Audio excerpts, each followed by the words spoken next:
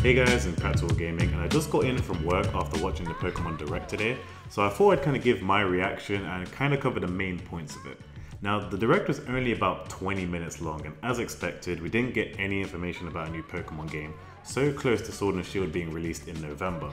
But we did get something that's kind of similar to it, which they released in a kind of weird montage kind of way, which I'll get into now. They started off with Pokemon Mystery Dungeon Rescue Team DX, a reboot or switch version of Pokemon Red and Blue Rescue Team, which released on the Game Boy 14 years ago, can you believe it? At first glance, it looks gorgeous and really colourful and whimsical, just as Pokemon should be.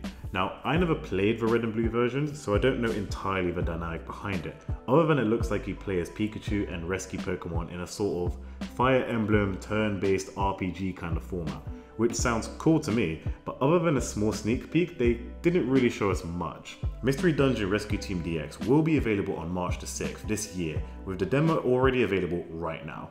And you can carry save data from the demo into the full game, which is a really neat thing for Nintendo to do. However, as cool as that was, the real news of the Pokemon Direct was the Sword and Shield expansion packs, which include Isle of Armor releasing in June, and the Crown Tundra releasing in the fall, in a kind of part 1 and part 2 set that expands upon the current world in Sword and Shield. And each expansion pack will have different Pokemon and characters alike to Sword and Shield. Now, the theme for the Isle of Armor is growth, which means they really want you to grow and cultivate, nurture and evolve your Pokemon, as opposed to the kind of scatterground approach to finding Pokemon. And the theme for the Crown Tundra is exploration, which means they really want you to find these neat areas, find secrets, and explore uncharted areas in their new expansion pack. So whichever kind of Pokemon trainer that you are, they've kind of got you covered. Now, we have a lot more information about Isle of Armor since it's releasing sooner, so we'll start with that. There's a dojo for Pokemon battles where you take up an apprenticeship under the trainers there.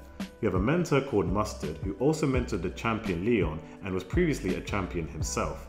Your rivals this time are Clara for Pokemon Sword, who is a Ghost type user, and Avery for Shield, who is a Psychic type user, who really looks like he's up his own arse, which is really besides the point. Now, the coolest and weirdest announcement for me is Kubufu, the legendary fighting type Pokemon, who you have to grow and train with. At first glance, he looks really cute and kinda cool for such a small stature, but what he evolves into looks awesome. Kubufu evolves into Urshifu, which has two forms. The single strike form, which is a fighting/dark type, which focuses on unleashing power in one solid hit. And the rapid strike form, which is a fighting/water type that breaks you down with multiple moves into submission. They both have these insane Gigantamax forms with their own moves, which looks epic.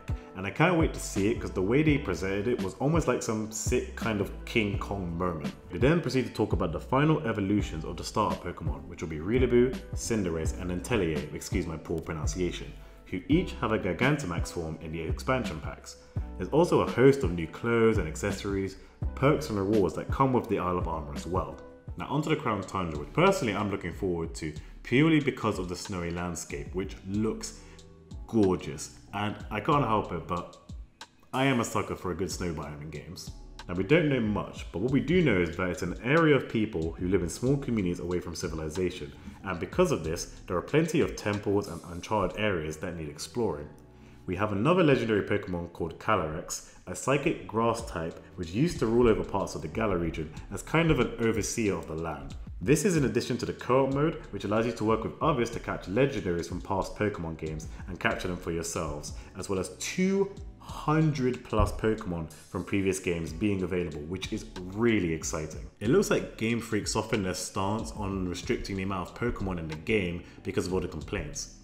Well, kind of, because you can only get these Pokemon if you buy the expansion packs, which means you have to go for a paywall, which is kind of annoying. But you can get access to them by linking with a player who already has the pass, and also via Pokemon Home, which will be out in February. All in all, it was a fairly interesting and quick direct. They came up with a lot of stuff that are coming out this year, which puts to bed any rumors of a new Pokemon game coming out in holiday 2020, which could mean we have a Pokemon game coming out for the Switch Pro or the next console that they make.